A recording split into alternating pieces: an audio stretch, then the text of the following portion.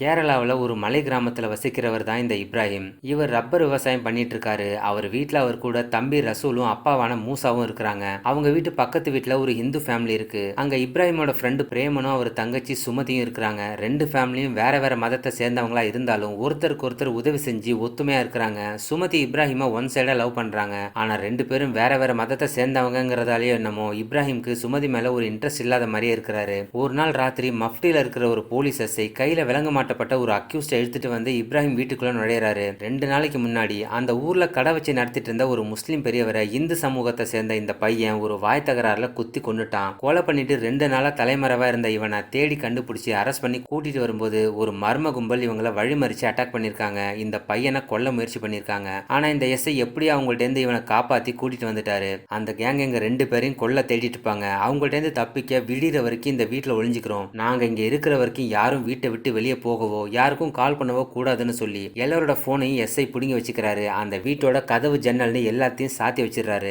கொஞ்ச நேரத்துல பக்கத்து வீட்டு சுமதி சாப்பாடு எடுத்துட்டு அங்க வராங்க. அந்த எஸ்ஐ அவங்களையும் வெளியே போக கூடாதுன்னு சொல்லிடுறாரு. எல்லாரும் அமைதியா உட்கார்ந்து இருக்கும் போது யாரோ கதவை தட்டுறாங்க. யாருன்னு பேசி சீக்கிரம் அனுப்புங்கன்னு சொல்லிட்டு அந்த எஸ்ஐ அக்யூஸ்ட கூட்டிட்டு ஒரு ரூமுக்குள்ள போய் கதவை சாத்திக்கிறாரு. வந்திருக்கிறது அந்த ஊரை சேர்ந்த கரீம்ங்கிறவர் தான். இவங்க ஃபேமிலிக்கு ரொம்ப பழக்கமானவர். அவர் கூட ஃப்ரெண்டுன்னு சொல்லிட்டு லாயக்னு ஒருத்தர் வந்திருக்காரு.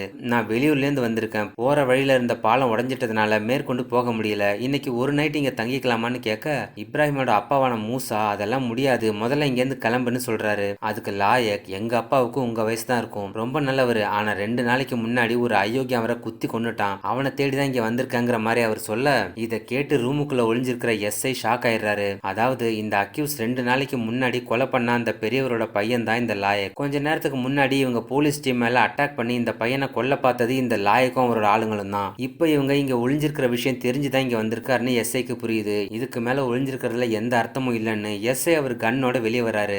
எஸ்ஐய பார்த்ததும் அந்த பையனை என்கிட்ட ஒப்படைச்சிருங்க, அவனை என் கையால கொல்லணும்னு சொல்லி லாய கத்தி எடுக்க அதெல்லாம் முடியாது, அவனுக்கு சட்டப்படி தான் தண்டனை வாங்கி கொடுப்பேன்னு சொல்லி எஸ்ஐ கண்ணை எடுக்க இந்த ஒரு பாயிண்ட்டுக்கு அப்புறம் தான் படமே சூடு பிடிக்க ஆரம்பிக்குது. இந்த எஸ்ஐய மீறி லாயக் தான் அப்பாவை கொண்ட அந்த கொலகாரனை பழி வாங்கினாரா இல்லையா, லாயக்கிட்ட இருந்து எஸ்ஐ அந்த பையனை காப்பாத்தினாரா இல்லையா, இவங்க சண்டையில இப்ராஹிம் ஃபேமிலி நடுவுல மாட்டி என்ன பாடு பட்டாங்கிறதா இந்த படத்தோட மீதி கதை. இந்த படத்தோட ஃபுல் ஸ்டோரி எக்ஸ்பிளனேஷன் வீடியோ கீழே லிங்க் பண்ணியிருக்கேன், டிஸ்கிரிப்ஷன்லையும் கொடுத்துருக்கேன். லிங்கை கிளிக் பண்ணி வீடியோவை ஃபுல்லாக பாருங்க. வீடியோ பிடிச்சிருந்தா லைக் பண்ணுங்க, ஷேர் பண்ணுங்க, மறக்காம சப்ஸ்கிரைப் பண்ணுங்க.